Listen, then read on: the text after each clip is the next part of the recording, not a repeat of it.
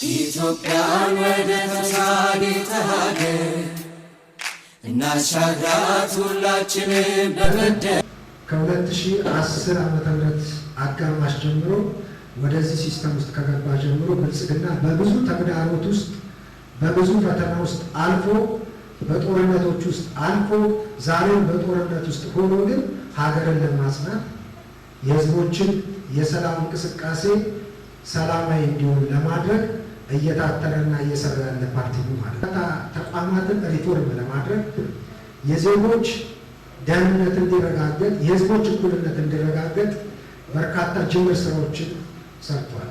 እየሰራ ውጤትም እያስመዘገበ ይገኛል።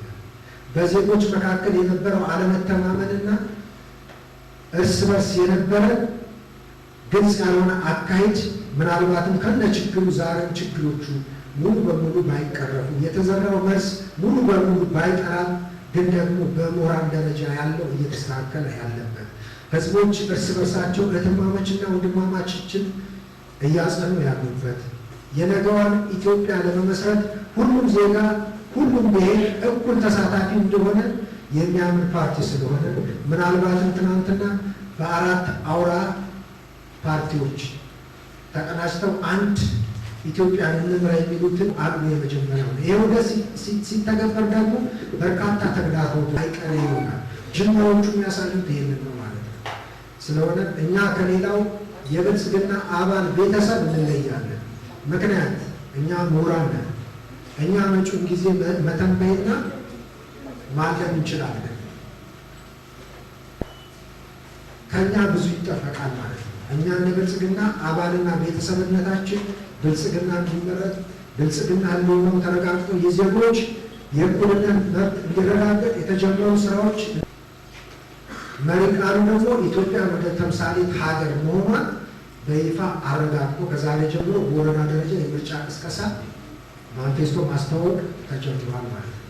ይሄንን ይዘን ሁላችንም ደግሞ እንደ ዜጋ የሚጠበቅብንን እንደ ምሁር አባል የሚጠበቅብንን ብልጽግና እንዲመረጥ መስራት ያለብንን የተጀመሩ የወረዳ ልማቶች፣ በዞን ደረጃ ያሉ ልማቶች፣ የክልል ልማቶች ሀገራችን ኢትዮጵያ በዚህ ችግር ውስጥ ሆና የሰራቸው ትልልቅ ፕሮጀክቶች ታሳቢ አድርገን ነገ ወረዳችን እንዲያድግና እንዲለማ የዜጎች የመልማት ጥያቄ እንዲመለስ የጀመርነው ልማት እንዲረጋገጥ ብልጽግና መመረጥ መቻል አለበት። ብልጽግና እንዲመረጥ ደግሞ ሁላችንም ከመስኮርመም ወጥተን ከይሆናል አይሆንም ወጥተን እርግጠኛ ሆነን ግን ዋጋ ከፍለን ብልጽግና እንዲመረጥ ማድረግ መቻል አለብን ማለት ነው። እንደ ምሁራን አባልነታችን መሬት ላይ ያለውን ሀቅ ከኛ በላይ ማንም ስለማያውቅ፣ መሬት ላይ ያለውን እውነት ከኛ በላይ ማንም ስለማያውቅ ብልጽግና እየሰራ ያለውን ስራ መመስከር የሚችለው ይሄ ምሁር አባል ስለሆነ መመስከር ብቻ አይደለም በህዝቦች ዘንድ ተቀባይነት እንዲኖረውና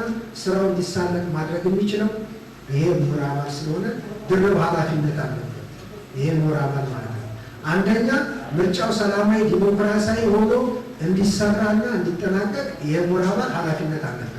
በሁለተኛ ደረጃ ደግሞ እንደ አባልነት ብልጽግና በዚህ ውስጥ ነጥሮ እንዲወጣና እንዲያሸንፍ ስራ መስራት መቻል ብልጽግና መመረጥ መቻል አለበት። ከመንደርተኝነት ከጎጠኝነት ከሰፈር ወጥተን በኢትዮጵያ አንድነት በህብረ ብሔራዊነት አምነን ብልጽግና እንዲመረጥ ሁላችንም መስራት መቻል አለብን። ሉዓላዊነት ተምሳሌት ኢትዮጵያ ጸጎቿን ወደ ሀት ቀይራ ሳይታ ኢንዱስትሪ ማዕከል